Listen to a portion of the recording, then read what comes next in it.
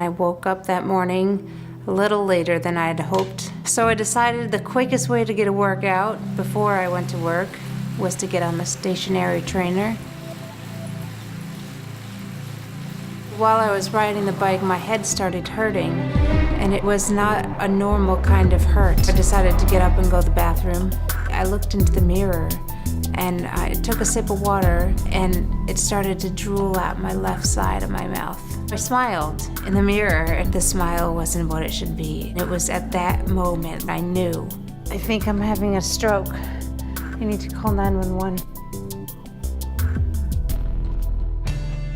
We pulled into the ambulance bay at Duke University Hospital. So I got into the ED, and everything happened really quickly. You probably have no idea who I am. I just wanted to thank you guys, because you were like the first face of Duke that I saw. And before I knew it, I was having a CT scan on my head. They confirmed that I had a stroke, but they told me that it was because I was bleeding in my brain. You helped me get the scan. You figured out what was going on and saved me. Well, thank you. So I just wanted to thank you. Yeah. So I wanted to thank you. Dr. Hauk,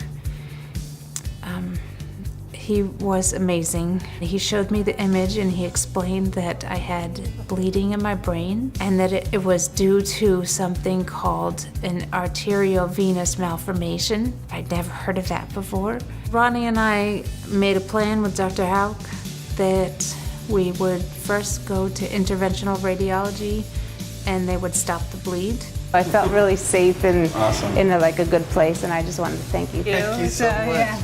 I appreciate it. I'm gonna see if I can track Teresa. You were like the constant face. You were always there every morning to come see me. And you explained everything to me, so I kind of knew what to expect and what was going to happen. Thank you. Yeah, well, you're very welcome. Definitely that was a scary moment. The other option was surgery, the craniotomy. He said that if he took me to the OR, he could open up my head and take out the AVM. You guys, with Dr. Hauk, saved my life. I don't know if you guys ever see patients. Absolutely. So, thank you very much. That's great. Yeah. That's very sweet of you. It is really nice to see you doing great. It's really rewarding. While I was in the OR, there was a lot of bleeding.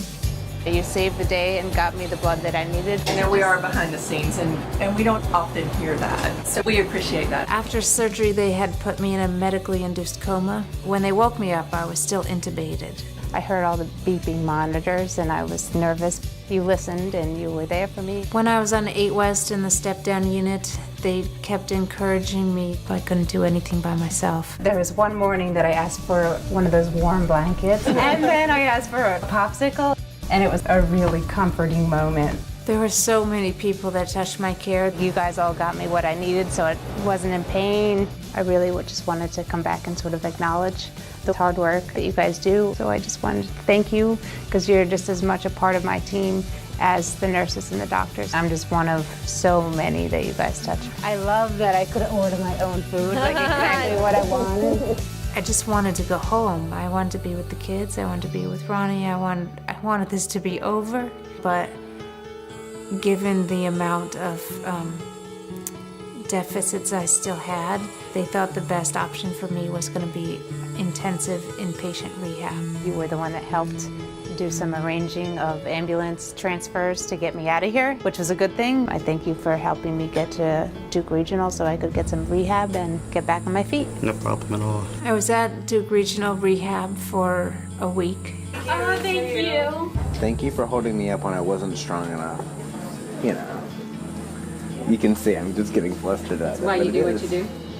Yeah. Once I got home, I continued with outpatient therapy at Lennox Baker. Put each of the pegs in each of the holes. We're going to go as quickly as you can. Let's do 5 with this hand, and then we'll switch tasks for your right hand. I don't know how many times you get patients to come back and say thank you, but...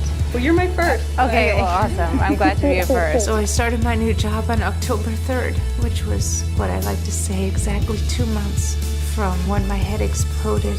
I joke that I went undercover before my job started so that I could see what it was like to be a patient and see how complicated the care is and how many people it takes to work together to to make one person whole again.